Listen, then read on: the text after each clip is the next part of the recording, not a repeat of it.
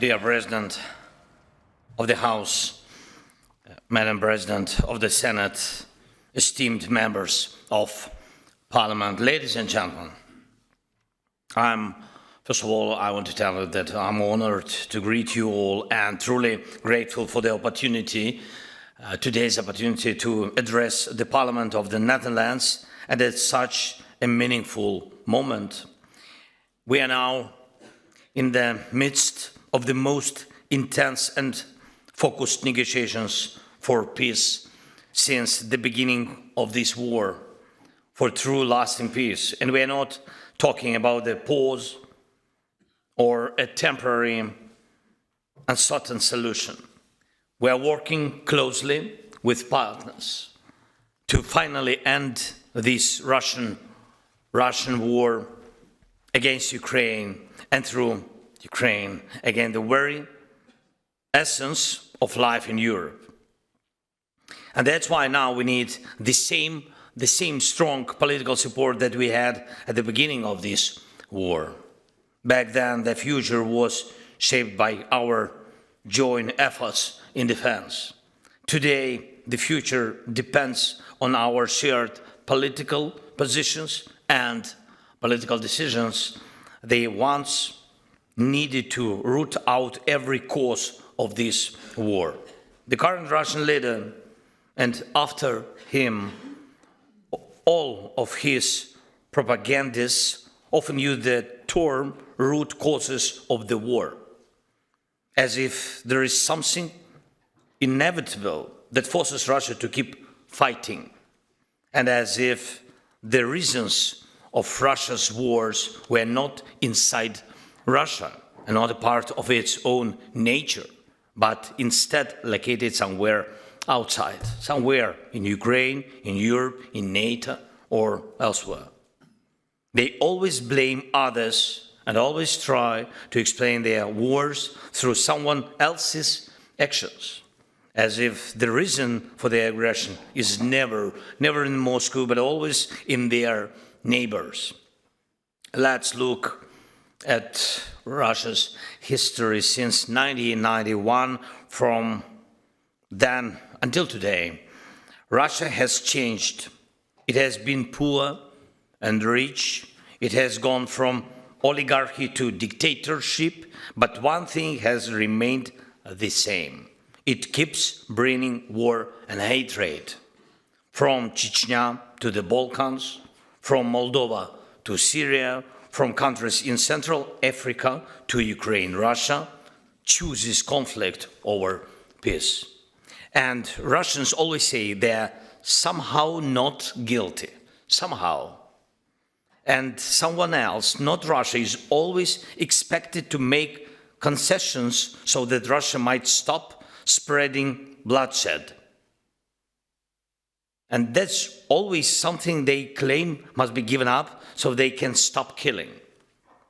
Now, in Russia's war against us, our people, our country, this logic has reached its largest and most dangerous scale.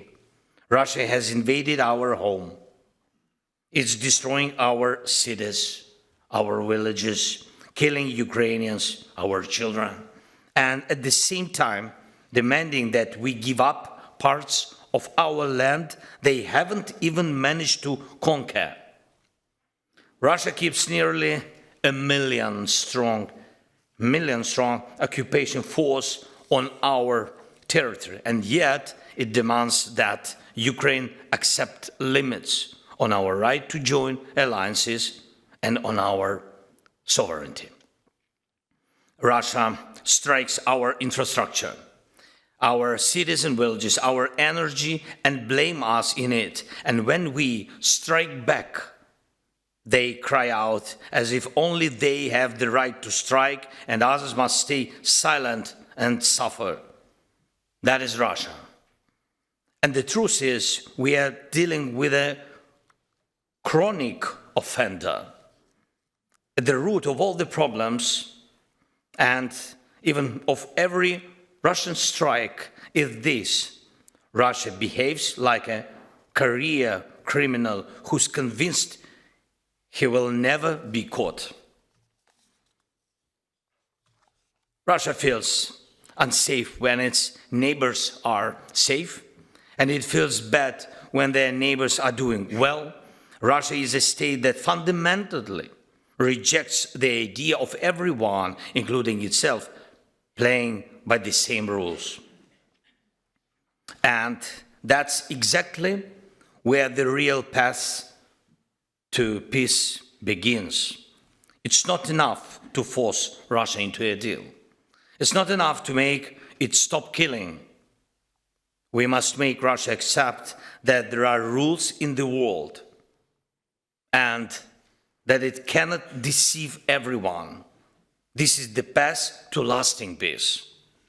And I thank you, Netherlands, for standing with us on this path and for supporting all the elements of the just end to this war, from stopping the killing to defending justice for Ukraine. It truly matters, and I'm sincerely grateful to you for that. Thank you. Ladies and gentlemen, together with partners, we are working not only to stop the bloodshed, but to change the situation along Russia's borders so there is no opportunity to start another war. And we understand that criminals don't change in a day. That's why the talks these days are not only about ceasefire, but about security guarantees. This is not only about diplomacy, not only about physical security. It's also about making Russia finally learn to live by the rule of law. And it will only work if there is true accountability, if the punishment of the aggressor becomes inevitable. Yes, it's not easy, but it's not as difficult as some may try to portray it. We have already done a great job. Now we simply need to press forward and bring the criminal to justice. Last week, I visited one of our cities on the front line, yes, our city of Kupiansk. And it's a city in the eastern Ukraine, and the front line is now very really close to it. And Putin publicly lied, claiming that Russian forces had already taken the city. So I went to Kupiansk myself to show the world Putin is lying, to show only one thing, this. And we must keep exposing every single Russian falsehood, because truth restores justice. And I will continue to destroy every Russian line on the front line and around the world. And I urge you to support Ukraine in this effort. This is how it works. Truth is the ground on which justice grows. The same applies to the issue of damage caused by Russian aggression. Of course, right now, European leaders have the decision on the table regarding frozen Russian assets. Most of these assets allocated in Europe, and these Russian assets can and must be fully used to defend against Russia's own aggression. The aggressor must pay. And this is also about restoring justice, and in a way that Russia will truly feel. Putin does not believe in people. He believes only in power and in money. He spends around 30,000 soldiers' lives on the front every month. Not wounded, 30,000 each month killed. And there was a month when 25,000 Russians were killed. Another month, 31,000. We have drone footage confirming these deaths. Russian assaults are always insanely bloody, but Putin does not care.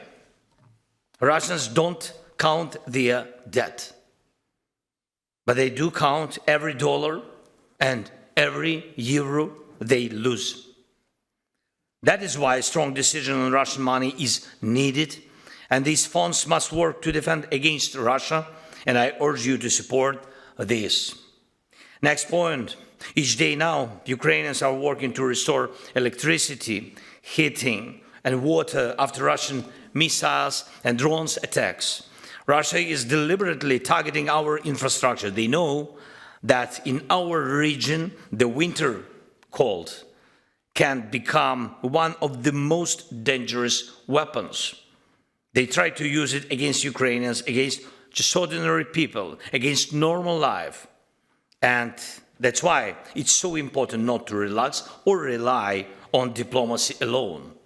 We must continue to strengthen our air defense, and we must support our ability to remain resilient under aggression. Every night, Ukrainian parents hold their children in basements and shelters, every night, hoping that our air defense will hold. Strengthening Ukraine's air defense and energy resilience is not just military support, it's a protection of life, a chance for the future. And we really value everything that Netherlands has already provided, from Patriot-systems and F-16 aircraft to artillery and drones. Thank you for that. And the Netherlands' leadership in the Pearl Initiative is especially meaningful, and these contributions help protect civilians and strengthen the air shield over Ukraine and over Europe. And we also welcome the steps toward joint drone production, which show that our cooperation is becoming deeper and more strategic. And I'm grateful to you for your decision to support us next year, 3.5 billion in support for Ukraine in 2026, and additional 2 in defense assistance adopted in December are powerful expressions of solidarity. We truly value this. Thank you so much. And every such act of solidarity proves one thing clearly: Russia's war will not become the norm, not now, not in the future. As long as you stand with us, and as long as our other partners stand with us, Russia stands alone with its war.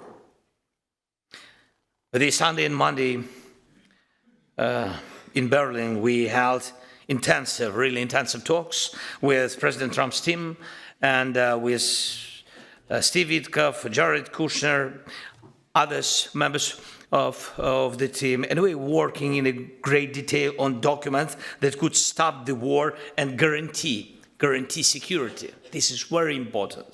And every single detail matters. Why? Because not a single detail must become a reward for Russia's aggression. If the aggressor receives a reward, he starts to believe that war pays off. And that is why justice must be central to ending this war. Please support this approach. Justice must not be pushed to the margins of diplomacy. And there was too little justice for Moldova, it's true, too little. And for Syria, and for many, many other countries, those wars dragged on.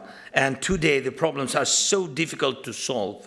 And we must show through Ukraine that Europe and the United States of America are capable of delivering real results in securing peace. One more point. In this war, each of us carries something that we really cannot forgive. Many Ukrainian families have lost loved ones.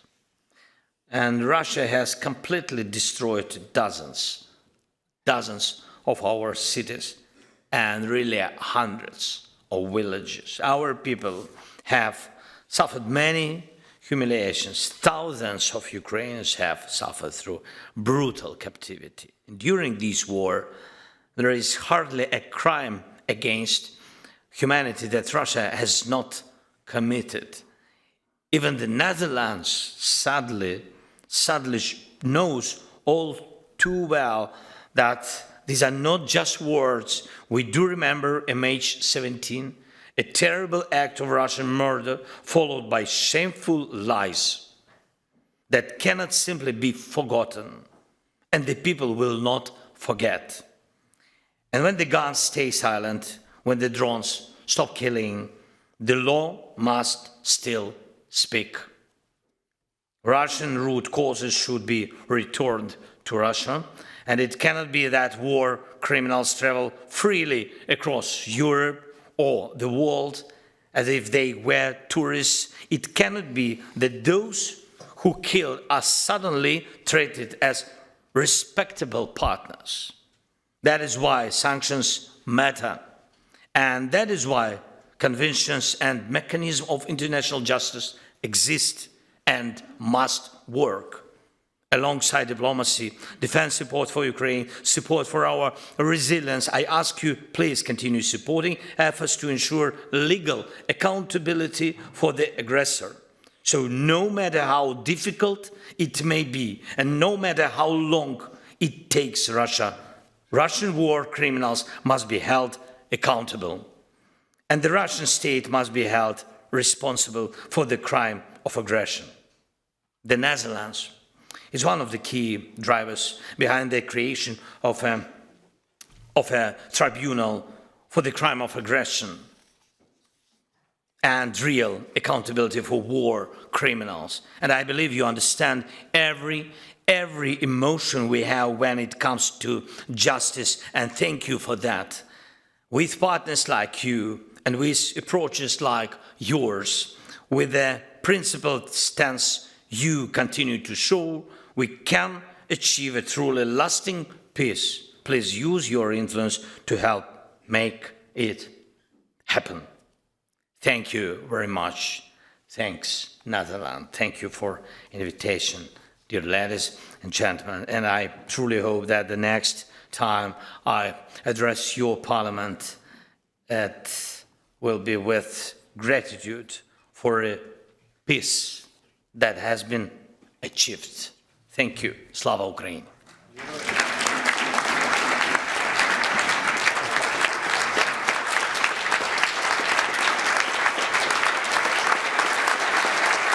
Thank you so much. Thank you very much. Thank you. I can do it.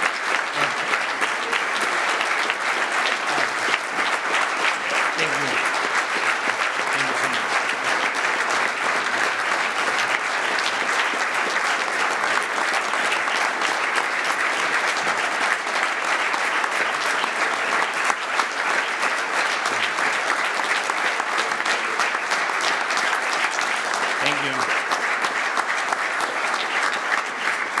Thank you, Mr. President. I now close this meeting. Thank you. Thank you so much.